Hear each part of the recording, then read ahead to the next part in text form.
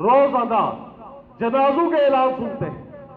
ہم لوگ اپنے محلے داروں کے، شہر داروں کے، عزیزوں اور رشتہ داروں کے قریب ترین جو رشتہ دار ہیں، خونی رشتہ دار، ان کے جنازے بھی ہم نے اٹھائے، کندھا بھی دیا، ان کو اپنے ہاتھوں سے ہم نے قبر میں بھی اتارا.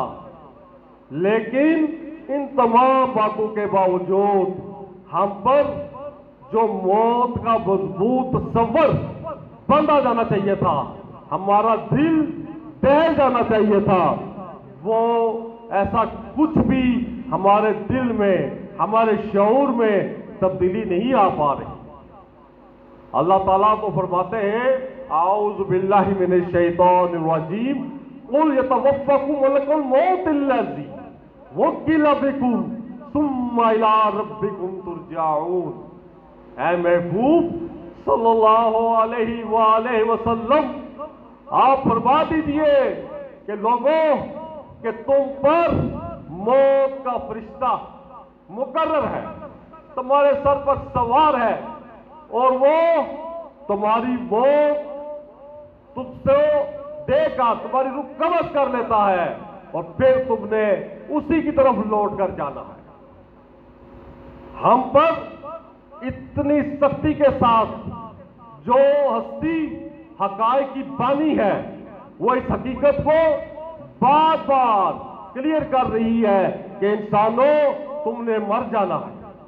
جو کچھ تم دنیا کی کمائی میں اس کی دوڑ دھوپ پہ لگے ہوئے ہو، حرام حلال کی تمیز کیے بغیر، ایک دوسرے کی حقوق کو پامال کرتے ہوئے، تم نے یہ سب کچھ چھوڑ کر اس دنیا سے چلے جانا ہے.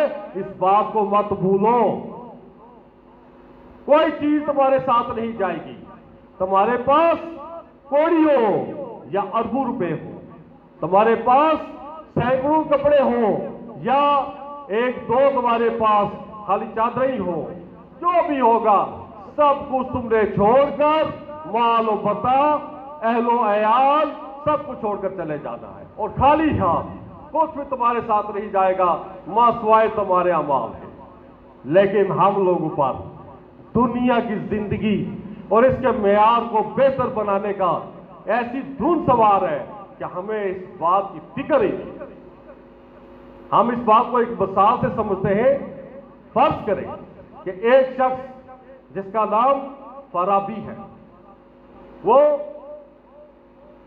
ایک جگہ جاب کر رہا ہے جہاں پہ اس کی 50-60 ہزار تنخواہ ہے، اور اس کا ذرا درمیانہ سے گزارا ہو رہا ہے.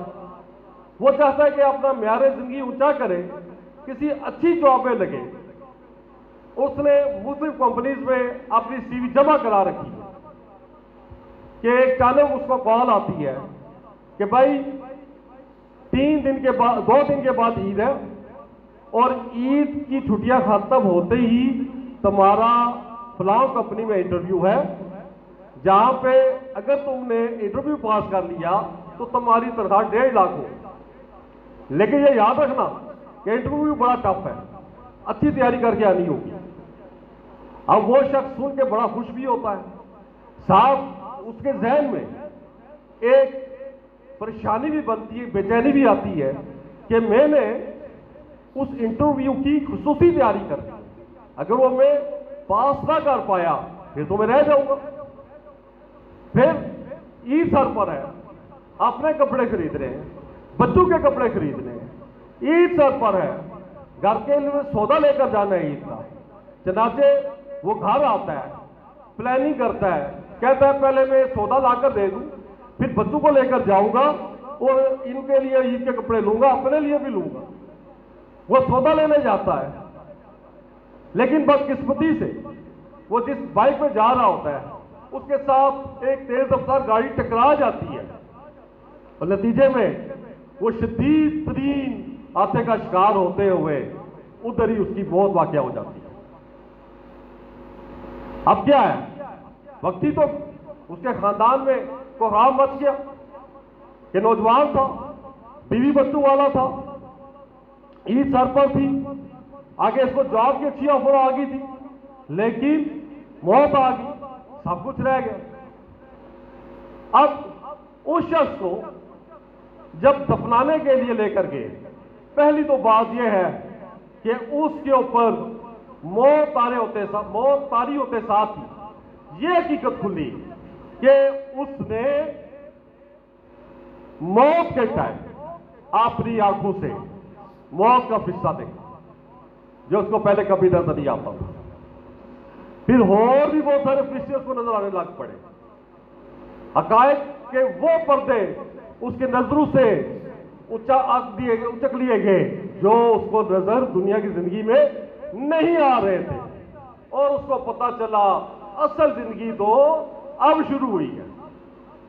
پھر جب اس کو لے گئے قبرستان اور دفنا دیا گیا تو اب اس کی ٹینشن کیا ہے، اس کی پریشانی کیا ہے؟ جاب، عید کی تیاری، اچھی نوکری؟ نہیں.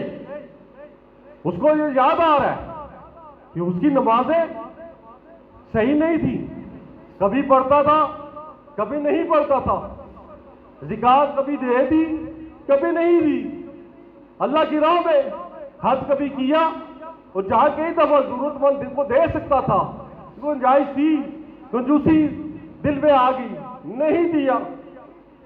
نہ زبان کی حفاظت کی، نہ نگاہوں کی حفاظت کی. اب کیا ہے، فرشتے کھڑے اس سے اس کے نامہ اعمال پوچھنے کے لیے، سوالات کرنے کے لیے.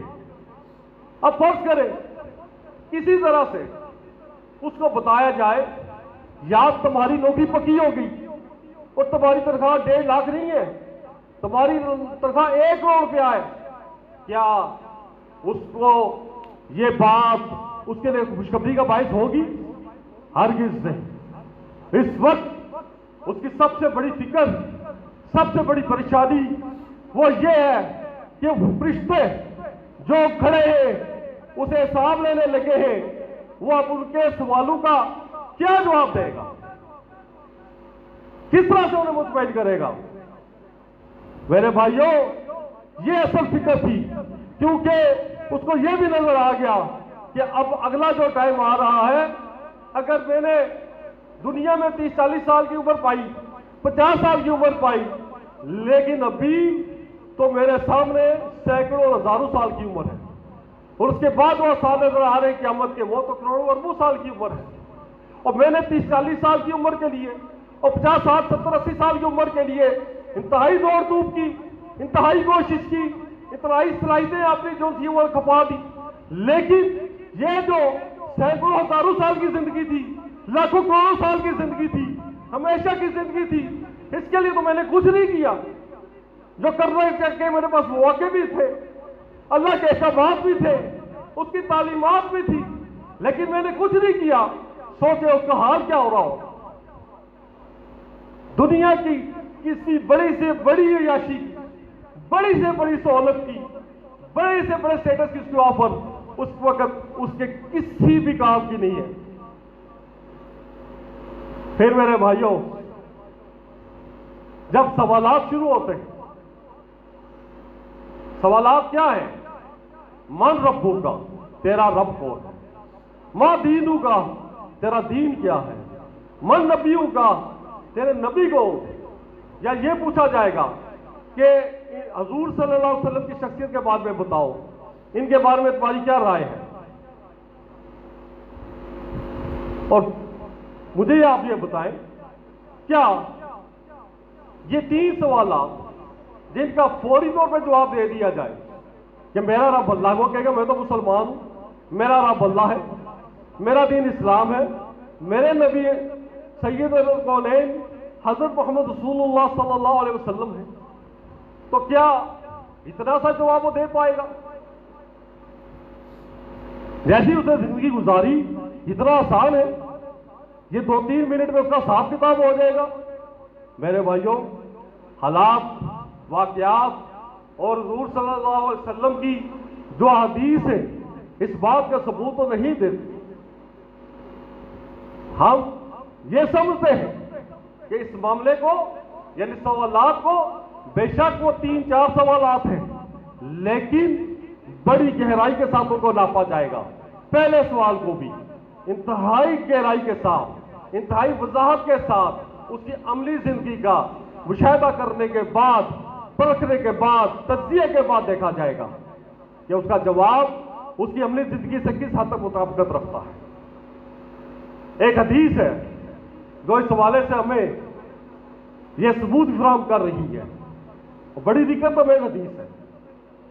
حضرت عبداللہ بن عمرو رضی اللہ تعالی عنہ اپنے والد حضرت عمرو بن عاص رضی اللہ تعالی عنہ سے روایت کرتے ہیں۔ حدیث اگر آپ سنانے کی اجازت دے سکتے ہیں بھائیو، میں سے حدیث سنا کے بعد ختم کرتا ہوں۔ جی جزاک اللہ۔ حضرت عمرو بن عاص رضی اللہ عنہ جب مرض الموت میں تھے، موت کے آثار نظر آ رہے تھے، تو انہوں نے اپنے بیٹے حضرت عبداللہ بن عمرو رضی اللہ عنہ، بہت یہ صحابی تھے، ان کو بلایا اور ان سے کہا بیٹا میں تم سے کوئی بات کرنا چاہتا ہوں، کوئی وصیت کرنا چاہتا ہوں، ذرا دھیان سے سننا۔ میرے بیٹے، میری زندگی میں 3 دور آئے۔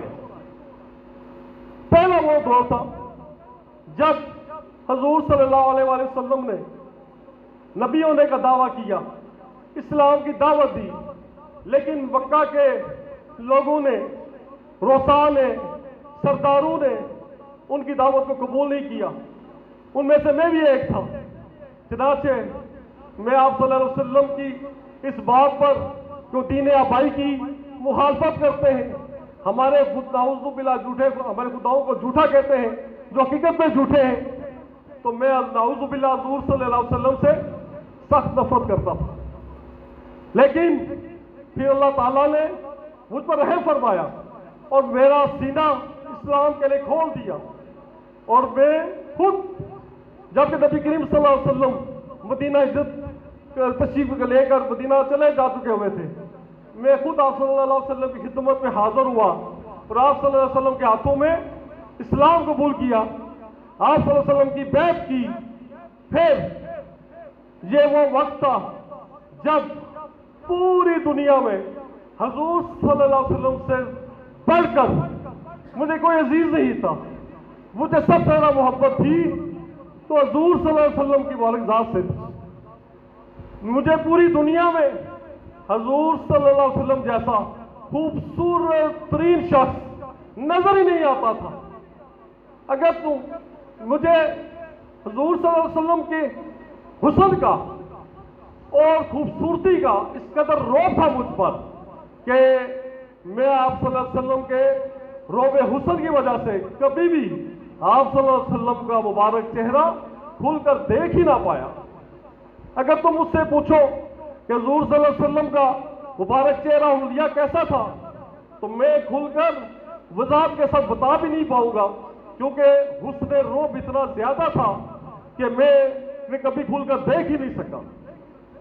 پھر میرے بیٹے تیسرا دور آیا، میں دنیا دار ہو گیا، اب میں مرض الموت میں مبتلا ہو چکا ہوں، اور جب میں مر جاؤں میرے بیٹے، تم نے مجھے دفنانے کے بعد میری قبر پر اتنی دیر تم نے ٹھہرنا ہے جتنا کہ ایک اونٹ کو نہر کرتے ہوئے، یعنی کہ قربان کرتے ہوئے، ذبح کرنے کے بعد اس کا گوشت بن جانے اور تقسیم کرنے پہ ٹائم لگتا ہے، یعنی کہ 2-2.5 گھنٹے، اتنی دیر تم نے میرے ساتھ قبر میں ٹھہرنا ہے، اور تاکہ میں جو قبر میں فرشتے ہیں ان کے سوالات ہیں اور فرشتوں سے کچھ مانوس ہو جاؤ تو پھر تم چلے جانا۔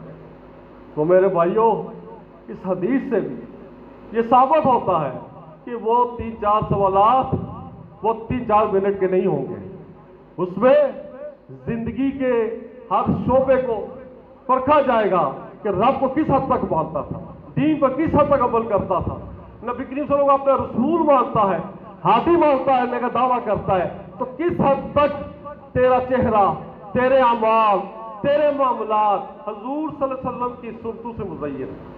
اللہ تعالیٰ سے دعا ہے کہ اللہ تعالیٰ ہم سب کو موت سے پہلے ہمیں اپنی موت کی تیاری کرنے کی توفیق عطا فرمائے، قرآن و سنت کی تعلیمات کی روشنی میں۔ وآخر دعوانا ان الحمد للہ رب العالمین۔